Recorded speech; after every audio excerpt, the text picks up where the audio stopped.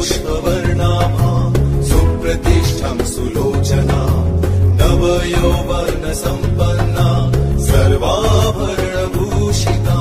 सुचारुदर्शनं तद्वत् हिनोन्नतपयोधराम् त्रिभङ्गस्थानसंस्थानां महिषासुरमर्दिनीं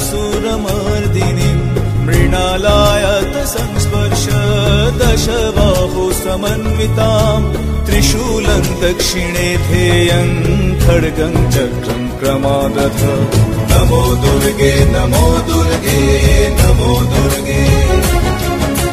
नमो दुर्गे नमो दुर्गे नमो दुर्गे